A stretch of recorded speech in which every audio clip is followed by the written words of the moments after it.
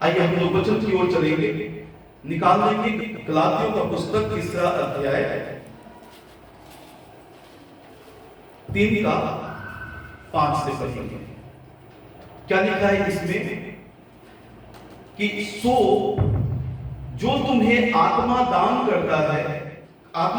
करता और तुम में सामर्थ के काम करता है, वह क्या व्यवस्था के कामों से या विश्वास के सुसमाचार से ऐसा करता है? विश्वास के सुसमाचार, जो परमेश्वर का वचन है, सभी लोग ध्यान दीजिएगा, जो परमेश्वर का वचन है ये विश्वास का वचन है, ये विश्वास का सुसमाचार है। और जब इस विश्वास के सुसमाचार पे हम लोग विश्वास करते हैं तो परमेश्वर की सामर्थ को अपने जीवन में देखते हैं, परमेश्वर के अनुग्रह को अपने जीवन में देखते हैं, उनकी ब्लेसिंग को अपने जीवन में रिलीज होते हुए हम लोग देख पाते हैं। अब्राहम यहाँ पे हम लोग देखते हैं, जब परमेश्वर ने अब्राहम को कहा कि तुम में सारी जातियां आशीष पाएंगी, परमेश्वर ने अब्राहम को प्रतिज्ञा का वचन दिया। परमेश्वर ने प्रतिज्ञा का वचन दिया। परमेश्वर ने उससे प्रतिज्ञा किया कि मैं तुम्हें आशीष दूंगा, मैं तुम्हारे वंश को आशीष दूंगा, तुम्हारे वंश को बादलों की किरणों के समान बढ़ाऊंगा। परमेश्वर ने उसको आशीष का प्रतिज्ञा दिया और उस प्रतिज्ञा के अनुसार परमेश्वर पक्का बना रहा। उस प्रतिज्ञा के अनुसार परमेश्वर वैसा ही करता रहा।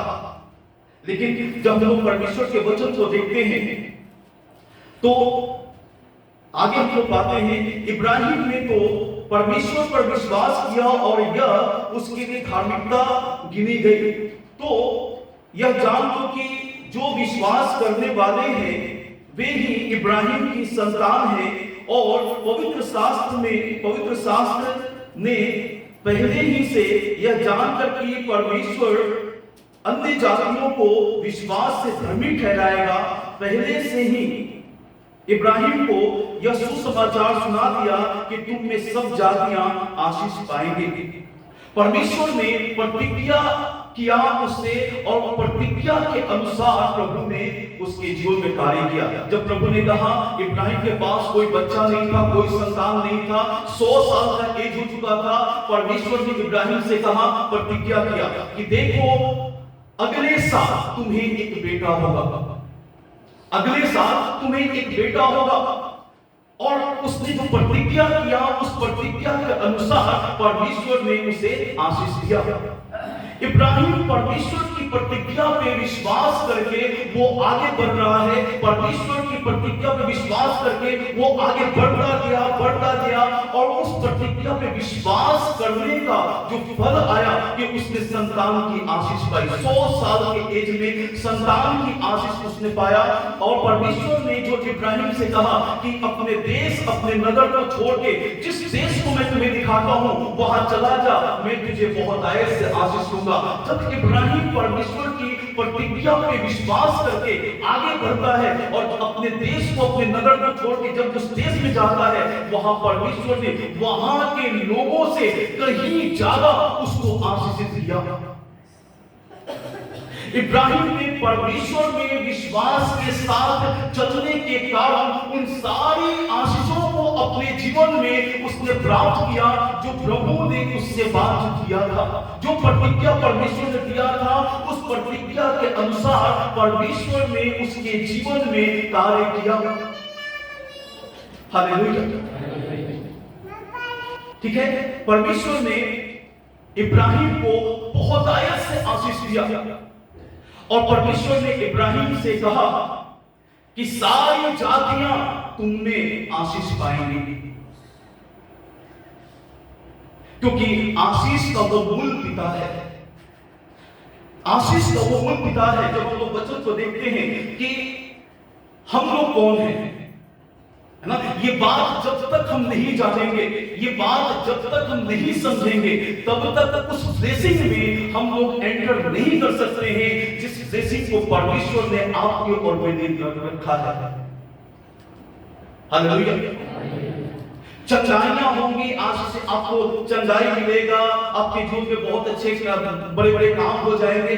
लेकिन चंदाई एक ब्लेसिंग का पार्ट है, लेकिन जो आशीषित जो जीवन है उस जीवन को परमेश्वर में देना चाहता है। जैसे इब्राहिम को परमेश्वर ने आशीषित जीवन दिया, उसके जीवन में कोई भी ऐसा कारण नहीं था, कोई भी ऐसी तकलीफें नहीं थी। परमेश्वर ने जब प्रतिज्ञा किया, उस प्रतिज्ञा के अनुसार जब वो चलता रहा, प्रभु ने उसको जब आशीष दिया, उसके जीवन में कोई भी ऐसा कारण नहीं था कि वो इस बात को कह सके कि मेरे जीवन में इस बात की कमी है।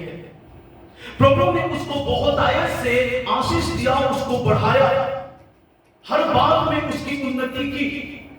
पता है क्यों? क्योंकि इब्राहिम परमेश्वर की प्रतिज्ञा पे विश्वास करके वो आगे बढ़ा।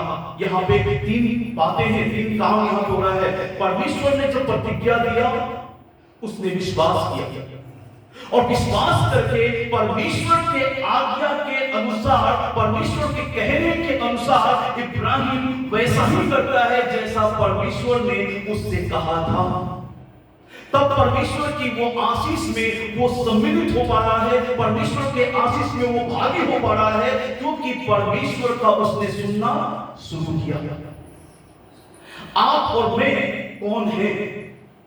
बाइबल क्या बताती है आपके और मेरे विषय में? इस बात को हम लोग जानेंगे, निकाल लेंगे हम लोग। गलातियों का पुस्तक 3 अध्याय इसका 27 से 29 तक पढ़िएगा।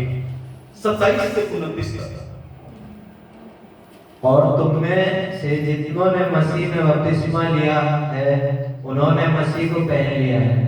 अब ना कोई यहूदी रहा, ना यूनानी, ना कोई दास, ना स्वतंत्र, ना कोई नर, ना नारी, क्योंकि तुम सबके मसीह यीशु में एक हो। क्योंकि तुम सब मसीह यीशु में एक हो। आगे। और यदि तुम मसीह के हो तो अब्राहम के वंश और प्रतिज्ञा के अनुसार वारिस भी हो। हालेलुया।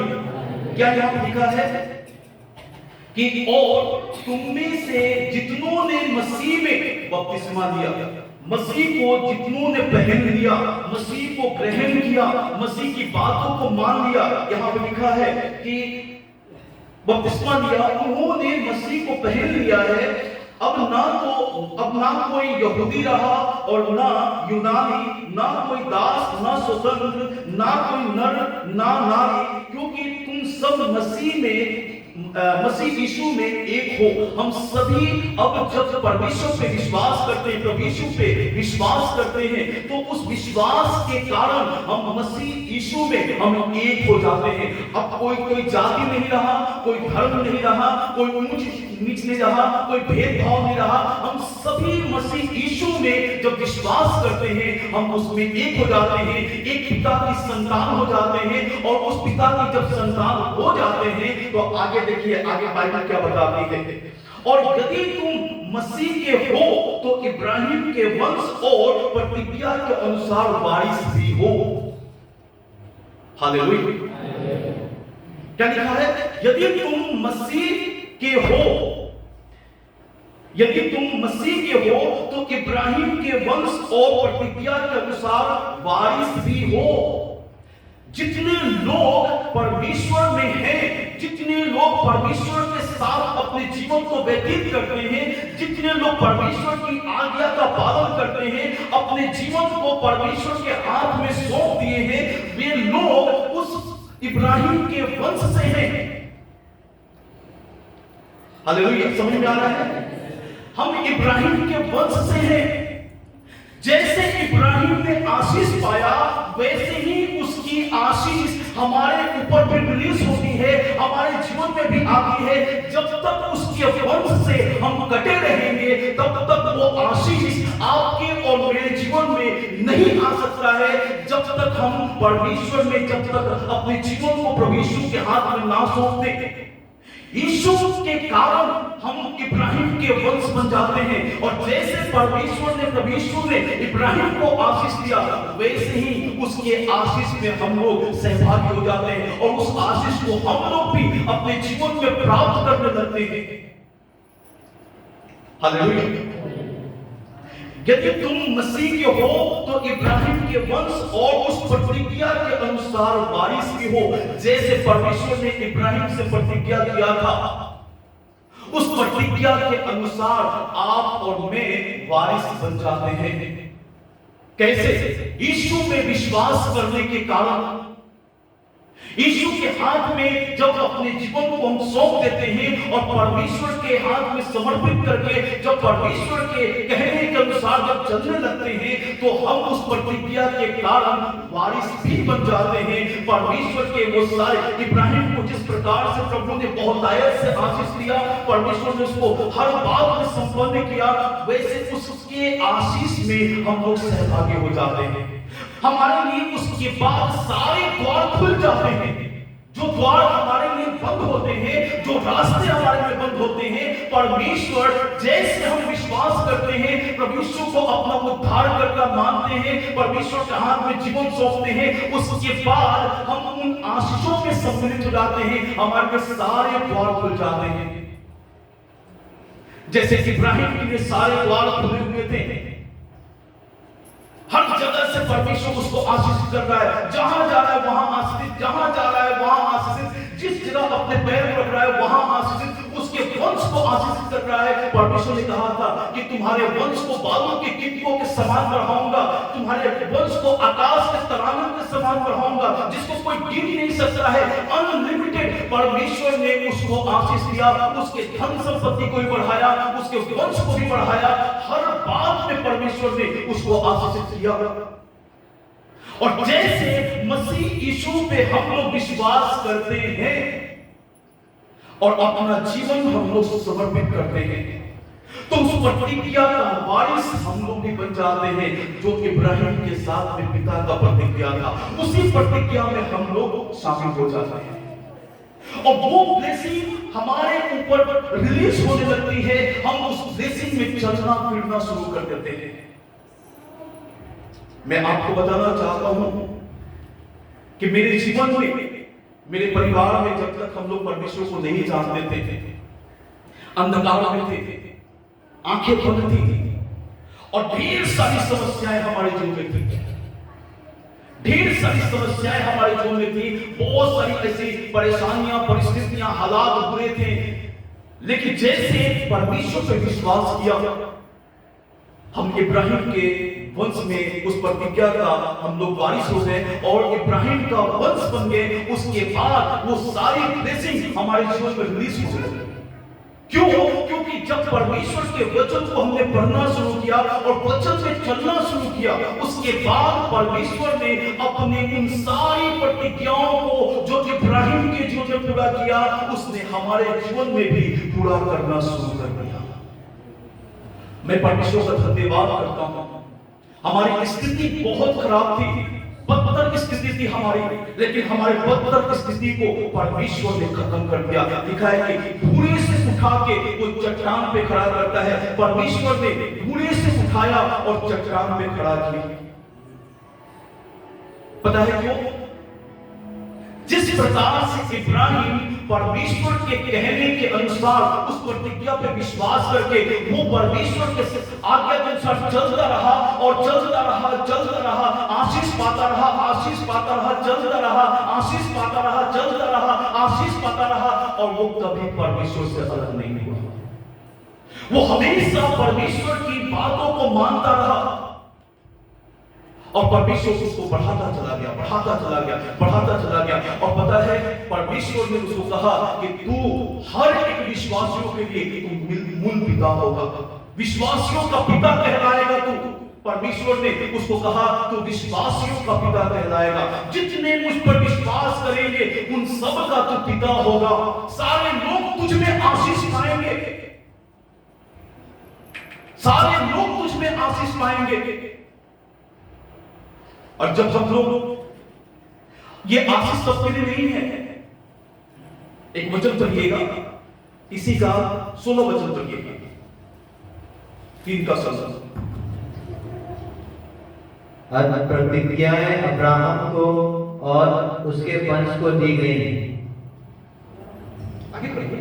वह यह नहीं कहता वंशों को जैसे बहुतों के विषय में कहा, पर ऐसे एक के विषय में कि तेरे वंश को, और वह मसीह है। हालेलुया। क्या लिखा है यहाँ पे? निदान प्रतिज्ञाएं इब्राहिम को और उसके वंश को दी गई। किसको? इब्राहिम को प्रतिज्ञा किसको दिया गया? इब्राहिम को और उसके वंश को। वादा किससे किया गया? ये वादा है परमेश्वर ने वादा किया उसके इब्राहिम से और उसके वंश से। आगे क्या यहां लिखा है कि वंश को दी गई। वह यह नहीं कहता कि वंशों को, क्या लिखा है यहां पे? वो यह नहीं कहता कि वंशों को, वंश को दिया गया। इस संसार में जितने लोग हैं वो सभी परमेश्वर के वो वंश हैं, लेकिन वंश को दिया गया। वो सभी वंशों में आते हैं, वंश में नहीं आते। वंश में वो लोग आते हैं जो परमेश्वर के आज्ञा के अनुसार चलते हैं, जो परमेश्वर के कहने के अनुसार चलते हैं, उस प्रतिज्ञा पर विश्वास करके वो चलते अपने जीवन को वैसा बनाते हैं। वो लोग उस प्रतिज्ञा के वारिस बन पाते हैं और वो लोग उस प्रतिज्ञा का आशीष पाते हैं। हालेलुया। आज क्यों बहुत सारे लोगों के जीवन में परमेश्वर की आशीष क्यों नहीं? क्योंकि उस प्रतिज्ञा में अपने आप को वो लेके नहीं आ पाते हैं, उस प्रतिज्ञा का वारिस अपने आप को नहीं बना पाते हैं, और अगर बना भी दिया तो आज्ञा में चल नहीं पाते हैं जैसे इब्राहिम चला। इब्राहिम अगर नहीं चलता, परमेश्वर के कहने के अनुसार नहीं चलता, तो वो परमेश्वर की आशीष को प्राप्त नहीं कर सकता था। ये बात आज हर एक को समझना होगा कि एक आशीषित जीवन हम कैसे जी सकते हैं, हम कौन हैं, इस बात को समझना पड़ेगा। हम साधारण लोग नहीं हैं, हम असाधारण हैं। परमेश्वर जिसको चुने वो साधारण नहीं होते। जब आपने अपने जीवन को प्रभु के हाथ में दिया है तो आप असाधारण नहीं हैं। परमेश्वर आपके साथ है, परमेश्वर की उपस्थिति आपके साथ है, लेकिन परमेश्वर कार्य तब करता है जब उसके कहने के अनुसार उस प्रतिज्ञा पे विश्वास करके हम जब आगे बढ़ते हैं, तब परमेश्वर हमारे जीवन में कार्य करता है। कई बार ऐसा लगेगा कि नहीं, मेरे जीवन में सब कुछ बिगड़ जाएगा। इब्राहिम को लग सकता था जब प्रभु ने कहा कि अपने देश को छोड़ के, अपने देश नगर को छोड़ के, जिस देश को मैं तुम्हें दिखाता हूं वहां पे तू चला जा। इब्राहिम कह सकता था कि नहीं प्रभु, मैं तो यहाँ पे सेटल हूं, मैं तो बहुत ही आराम से हूं, मेरे पास तो सब कुछ है, मैं वहां पे क्यों जाऊं? प्रभु मैं वहां पे नहीं जाऊंगा। वो कह सकता था कि सारी चीजें, मेरे यहाँ पे लोग हैं, मेरे यहाँ पे जान पहचान बहुत सारा है, यहाँ पे मेरा सारा काम यहाँ पे सेटअप है, सब कुछ बना हुआ है, मैं यहाँ से क्यों जाऊं? लेकिन अगर वो नहीं जाता तो कई गुना आशीष वो नहीं पा सकता था। कई बार हम ऐसे होते हैं, परमेश्वर बोलता है ये काम छोड़ो, हम बोलते हैं नहीं प्रभु छोड़ देंगे तो कैसे होगा? ये काम छोड़ो, नहीं छोड़ देंगे तो कैसे होगा? परमेश्वर बोलता है छोड़ दो तो देखो। हालेलुया। एक बार मेरी बात को मान के तो देखो, मैं तुम्हारे लिए करता हूं कि नहीं। जब परमेश्वर हमसे बात करे, उसकी बात को बिल्कुल, उसकी बात को अंधा विश्वास करके आप आगे बढ़ जाइए। आपको वो बर्बाद नहीं होने देगा, आपको नष्ट नहीं होने देगा, आपको ऐसे हालातों में नहीं जाने देगा। वो आपको संभालने के लिए सामर्थ्य परमेश्वर है, जिसने आकाश पृथ्वी को बनाया, सूरज चंद्रमा को बनाया, तारे गणों को बनाया, हर एक जीव जंतुओं को बनाया, सारी चीजों को बनाया। क्या वो आपको संभाल नहीं सकता? क्या आपका वो केयर नहीं कर सकता? आपकी जरूरतों को पूरा नहीं कर सकता? उसकी बात को मान के तो देखें। लेकिन हम उसकी बातों को मानते नहीं। इब्राहिम ऐसे आशीष नहीं पाया है। इब्राहिम प्रतिज्ञा के ऊपर विश्वास करके वो आगे बढ़ा है। अब वो नहीं बढ़ता तो वो परमेश्वर की आशीष में सम्मिलित नहीं हो सकता था। और पता है, बढ़ने में ही तो डर लगता है, बढ़ने में ही तो डर लगता है। बढ़ते वो लोग हैं जो कुछ करना चाहते हैं। रिस्क कौन लेता है? रिस्क कौन लेता है? जिसको कुछ कर जाने की जुनून होती है, मुझे कुछ करना है, मुझे कुछ करना है, वही रिस्क लेता है। परमेश्वर में जब हम रिस्क लेकर के आगे बढ़ते, रिस्क नहीं होता है। संसार में हम रिस्क लेते हैं, परमेश्वर के साथ हम रिस्क नहीं लेते। परमेश्वर के साथ तो हम विश्वास करके आगे बढ़ते हैं कि वो मुझे संभाल लेगा, है ना? वो मुझे संभाल लेगा, वो मुझे बर्बाद नहीं होने देगा, मुझे झुकने नहीं देगा, मुझे नष्ट नहीं होने देगा, मेरे साथ में कुछ गलत नहीं हो सकता है। वो मुझे संभालने के लिए सामर्थ्य परमेश्वर है। लेकिन इसके साथ साथ में मैं और भी बताना चाहता हूं कुछ बातों को। केवल मोटिवेशन से काम नहीं चल रहा। आज बहुत सारे लोग मोटिवेट कर रहे हैं, एक से एक मोटिवेटर आप देख लीजिए, ऑनलाइन मोटिवेट कर रहे हैं। बहुत सारे लोग मीडिया में आ चुके हैं, वो मोटिवेट कर रहे हैं, आपके साथ में ये हो जाएगा, ऐसे कीजिए, ऐसे कीजिए, ऐसे कीजिए। लेकिन मैं इस बात को कहना चाहता हूं कि जैसे इब्राहिम ने किया वैसे आप कीजिए, तभी आप आशीष पाएंगे। आज बहुत सारे लोग वैसे ही स्थिति में हैं, उस स्थिति से बाहर नहीं आए। क्यों? क्योंकि वो एक पार्ट को लेकर चल रहे हैं, सिर्फ एक पार्ट को। परमेश्वर हमको बढ़ाएगा, परमेश्वर को आशीषित करेगा, लेकिन उसका और जो पार्ट है बहुत सारे लोग छोड़ देते हैं। प्रार्थना करना ये परमेश्वर की आज्ञा है, तू मुझसे प्रार्थना कर, मैं तुझे बड़ी बड़ी और कठिन बातें बताऊंगा जिन्हें तू अभी नहीं समझता है। परमेश्वर ने कहा मेरी आज्ञाओं को मान। लिखा है कि वो अपनी आज्ञा को माने जाने से प्रसन्न होता है। परमेश्वर अगर प्रसन्न होता है आपसे, हमसे, तो 2-4 रुपए देने से नहीं, दान देने से नहीं, दशमांश देने से नहीं। परमेश्वर अगर प्रसन्न होता है तो वो अपनी आज्ञा को माने जाने से प्रसन्न होता है। परमेश्वर प्रसन्न होता है जब उस पर विश्वास करते हैं और विश्वास करके उसके साथ आगे बढ़ते हैं, तब परमेश्वर प्रसन्न होता है। पता है अभी स्थिति यही है कि अधिकतर लोग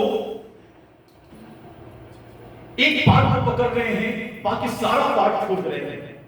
बाकी जितना पार्ट है वो सारे पार्ट को छोड़ रहे हैं। प्रार्थना का पार्ट जो है गायब हो जा रहा है लोगों के जीवन से। आराधना का पार्ट गायब हो जा रहा है।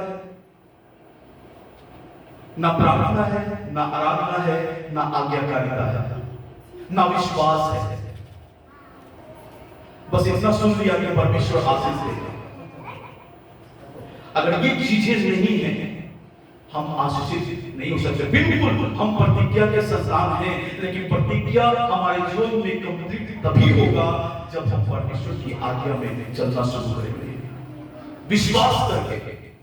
प्रभु ने कहा है मैं विश्वास करूंगा, मैं प्रार्थना करूंगा, उसकी आज्ञा को मानूंगा, सारी ब्लेसिंग मेरी है। क्यों नहीं आगे बढ़ेंगे? क्यों नहीं आशीषित होंगे? क्यों हमारे जीवन में बेहतर नहीं होगा? क्यों खुशहाल जीवन को नहीं जिएंगे?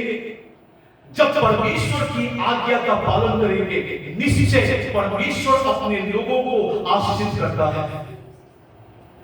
जब इब्राहिम को वो दे सकता है, इसहाक को दे सकता है, याकूब को दे सकता है, दाऊद को दे सकता है, यहोशू को, मूसा को, सबको दे सकता है, आपको क्यों नहीं देगा? क्या वो एक्स्ट्रा ऑर्डिनरी थे? नहीं। जस्ट लाइक वो आपके और मेरे जैसा, वो कोई एक्स्ट्रा ऑर्डिनरी नहीं थे, वो कोई बहुत बड़े विद्वान भी नहीं थे, कोई बहुत लोगों में सम्मानित व्यक्ति भी नहीं थे।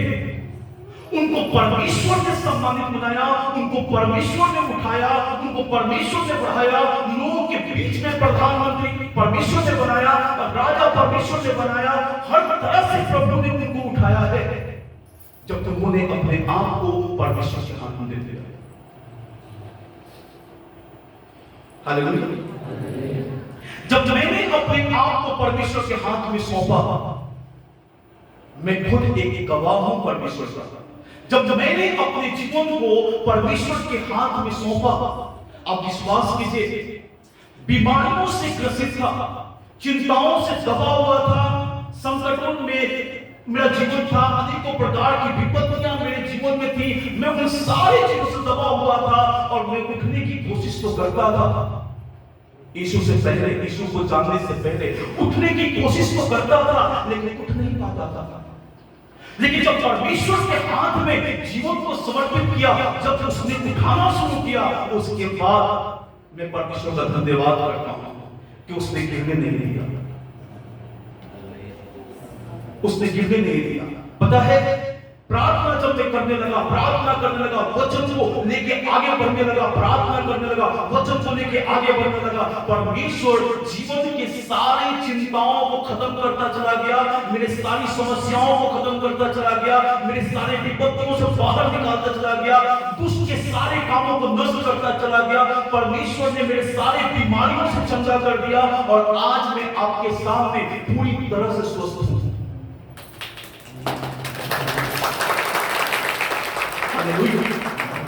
मैं पूरी तरह से स्वस्थ हूं, कहीं से मेरे शरीर में कोई बीमारी नहीं। दुष्ट आत्माओं से कभी ग्रसित था, दुष्ट आत्माएं मेरे ऊपर राज करती थी, सारी दुष्ट आत्माएं चली गई, कोई नहीं है आज, केवल यीशु है। हालेलुया। आज केवल यीशु मेरे पास मिलेगा, दुष्ट आत्माएं नहीं मिलेंगी, बीमारियां नहीं मिलेंगी, चिंताएं नहीं मिलेंगी, निराशा नहीं मिलेगा मेरे पास, क्योंकि उत्साहित करने वाला वो परमेश्वर है। आज मैं आप लोगों को भी कहना चाहता हूं कि जो मैंने किया है, आज मैं आप लोगों को कहना चाहता हूं कि आप परमेश्वर के वचन को अनुसरण करें। वो हर एक व्यक्ति का प्रार्थना का जीवन देखिए, उसका आत्मिक जीवन को देखिए, कैसे वो प्रभु के साथ चलता है, कैसे परमेश्वर से आगे बढ़ता है, और तब देखिए परमेश्वर की सारी ब्लेसिंग्स आपके लिए है।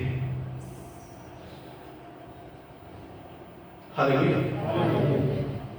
निगेटिविटी को आप अपने जीवन से खत्म कर दीजिए, वो हमेशा आपको सताएगा, हमेशा आपको परेशान करेगा। परमेश्वर के वचन पे विश्वास कीजिए, जैसे कि इब्राहिम ने किया है, विश्वास करके आप आगे बढ़िए। बाइबल बताती है जब तक हम लोग आगे नहीं बढ़ेंगे, हम वहीं पे ठहरे रहेंगे। इब्राहिम आगे बढ़ा है, तभी वो आशीष को पाया है। डर लगेगा कहीं कुछ गलत ना हो जाए, कहीं मेरा सब कुछ बिगड़ ना जाता। मैं कई लोगों से पूछता हूं, क्या आप किसी पे विश्वास करते हैं? वो बोलते हैं भैया बहुत, जान से भी ज्यादा। प्रभु ही मेरा सब कुछ है, प्रभु ही मेरा जीवन है, सब कुछ प्रभु है।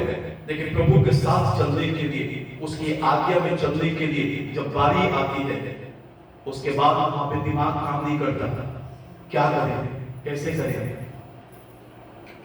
जब प्रभु ही सब कुछ है, वचन जब परमेश्वर के साथ आप रहते हैं, तो वचन आपसे बात करता है, पवित्र आत्मा आपसे बात करते हैं। जब आप पवित्र आत्मा के कहने के अनुसार चलेंगे, पवित्र आत्मा की बातों को मानेंगे, वचन को जब आप मानेंगे, आप देखेंगे कि आपके जीवन में परमेश्वर सब कुछ बेहतर करता चला जाएगा। हालेलुया। जो प्रतिज्ञा किया गया है, वंश से किया गया है। हालेलुया। जो प्रतिज्ञा किया गया है, वंश के लिए है, वंशों के लिए नहीं, वंश के लिए। आशीष वंश के लिए, प्रतिज्ञाएं वंश के लिए हैं, छुटकारा वंश के लिए है, चंगाई वंश के लिए है, उद्धार वंश के लिए है, वंशों के लिए नहीं है। जो आएगा यीशु के पास और उसका वंश बनेगा, उसके लिए वो सारी चीजें हैं। हालेलुया। परमेश्वर आप सभी को बहुत दया से आशीषित करे और आपके जीवन में अद्भुत काम करे। एक वचन को पढ़ने के पहला पत्रस 3 का नाम, पहला पत्रस 3 का नाम।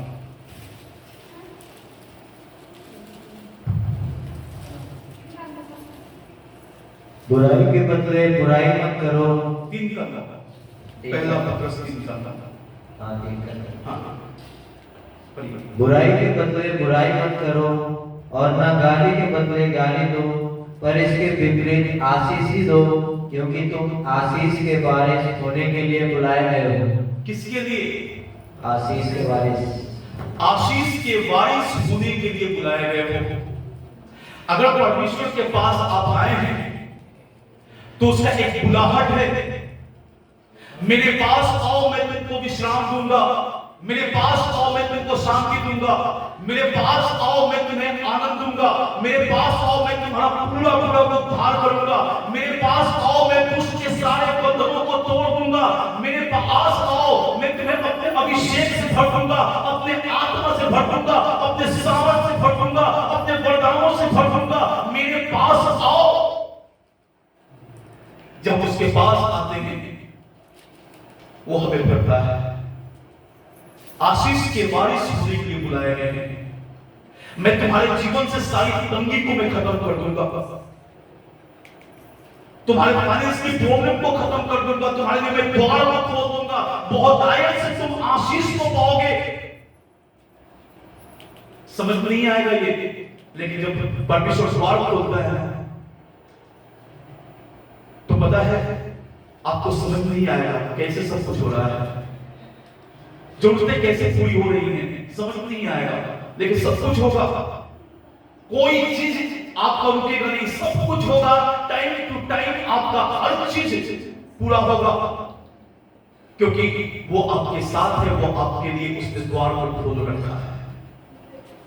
जब बुलाया है तो आशीष का वारिस होने के लिए विश्वास कीजिए, परमेश्वर आज अपने वचन के द्वारा आप लोगों से बात कर रहा है।